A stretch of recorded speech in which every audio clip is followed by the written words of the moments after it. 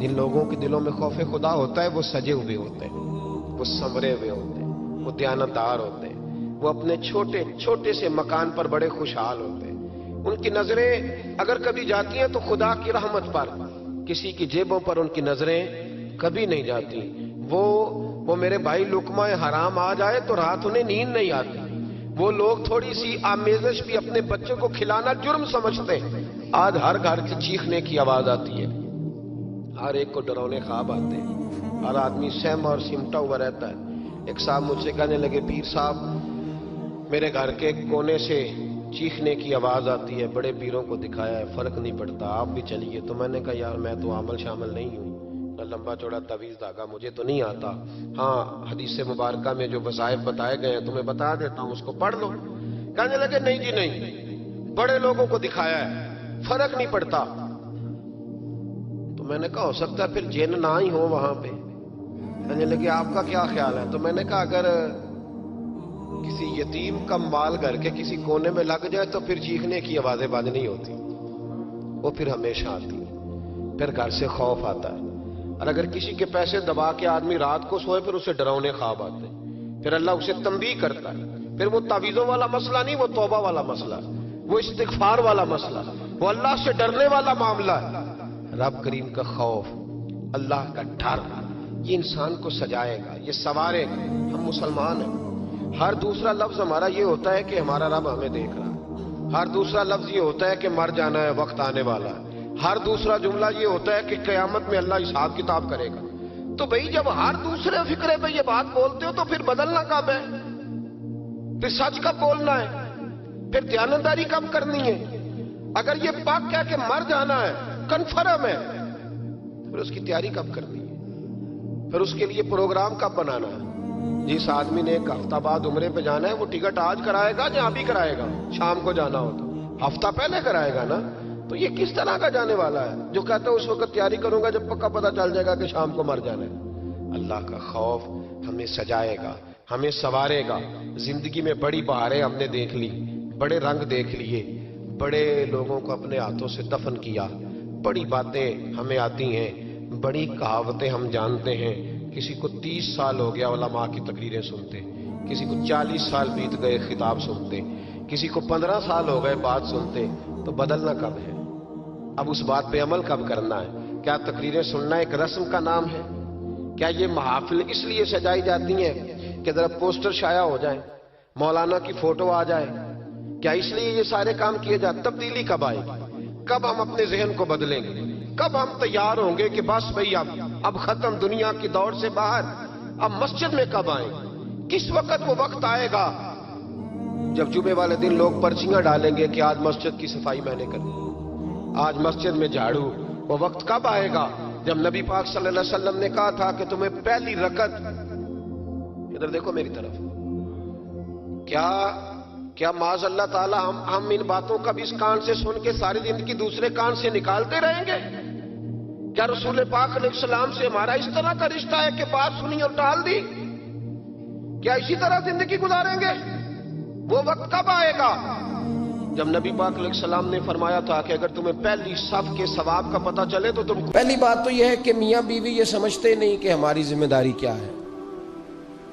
دوسری بات یہ ہے کہ جو لوگ مشورہ دے کے بھیجتے ہیں وہ پہلے سے مشورہ اس طرح کا دیتے ہیں کہ وہ مشورہ خوفناک ہوتا ہے۔ جو بچی گھر میں کام نہیں نہ کرتی تو اس کے گھر والے اس کو کہتے ہیں چل کوئی نہیں، بات ساس کے پاس جائے گی تو لگ پتہ جائے گا، یعنی اس کی پہلے سے ذہن سازی کی جاتی ہے کہ ساس کسی خوفناک چیز کا نام ہے، ساس کسی ایسی بلا کو کہتے ہیں جو کاٹ کھاتی ہے، پہلے سے ہی اس کو یہ بتایا جاتا ہے۔ تو جو بچہ شادی شدہ نہیں ہوتا تو اس کے گھر والے بھی اس کو کہتے ہیں کہ شادی ہوگی تو لگ پتہ جائے گا، تو اس کا پہلے سے ذہن بنا دیا جاتا ہے کہ شادی کے بعد تو بیگم نہیں لے کے آئے گا، تو اللہ معاف کرے کوئی ایسی سزا اکٹھی کر کے لائے گا جو تجھے لٹکا کے رکھے گی ہمیشہ۔